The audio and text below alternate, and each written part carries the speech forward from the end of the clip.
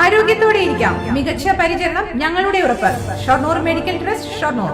ഭാരതപ്പുഴ ഉൾപ്പെടെ ജലസ്രോതസ്സുകളെ വീണ്ടെടുക്കാനുള്ള ശ്രമത്തിന് ജലദിനത്തിൽ തുടക്കം കുറിക്കുമെന്ന് ഫ്രണ്ട്സ് ഓഫ് ഭാരതപ്പുഴ ഭാരവാഹികൾ പറഞ്ഞു. ജലസംരക്ഷണവുമായി പഠനങ്ങൾ ഏറെയുണ്ടെങ്കിലും പ്രവൃത്തികൾ നടക്കാത്തത് ദൂരവ്യാപകമായ പ്രത്യാഘാതം ഉണ്ടാക്കുമെന്ന് friends of Bharathapuzha general secretary Vinod M Nambiar പറഞ്ഞു. ഇറിഗേഷൻ ഡിപ്പാർട്ട്മെന്റിന്റെ പഠനങ്ങൾ കാണിക്കുന്നത് 50% വരുന്ന വെള്ളം നഷ്ടമാണെന്നുള്ളതാണ്. അതായത് ഇവിടുന്ന് പലമ്പുഴയിൽ നിന്ന് കനാല് വഴി കൊണ്ടുപോകുന്ന വെള്ളം ഈ ഉദ്ദേശ സ്ഥലത്തേക്ക് എത്തുമ്പോഴേക്കും അവർക്ക് 50% നഷ്ടം പുഴയിൽ ഈ കനാൽ സിസ്റ്റത്തിൽ വരുന്നുണ്ട്.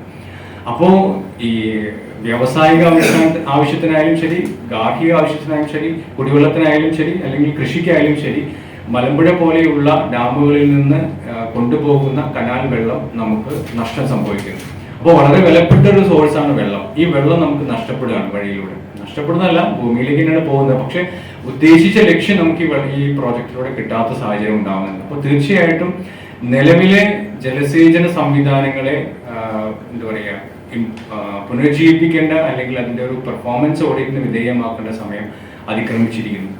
ശുദ്ധജല ദൗർലഭ്യം കൂടുമ്പോൾ ജല മാനേജ്മെന്റ് ഇല്ലാത്തത് പ്രതിസന്ധി സൃഷ്ടിക്കുന്നുണ്ട്. ജില്ലയിലെ കുളങ്ങളും കിണറുകളും നികത്തപ്പെട്ടതും നഗര വ്യവസായ ഗാർഹിക മാലിന്യങ്ങൾ കൈവഴികളിലൂടെ ജലസ്രോതസ്സുകളിലേക്ക് എത്തുന്നതും നിയന്ത്രിക്കാനാവുന്നില്ലെന്നും വിനോദ് എം നമ്പ്യാർ പറഞ്ഞു. അനിൽ എഴുത്തച്ഛൻ, TR ബാലസുബ്രഹ്മണ്യൻ, VA വിശ്വനാഥൻ എന്നിവരും വാർത്താ സമ്മേളനത്തിൽ പങ്കെടുത്തു. Time kids pre school, Mannannur road, Vaniyamkulam. .view news. കാഴ്ചകളാണ് ലോകം, കണ്ടു തുടങ്ങുക.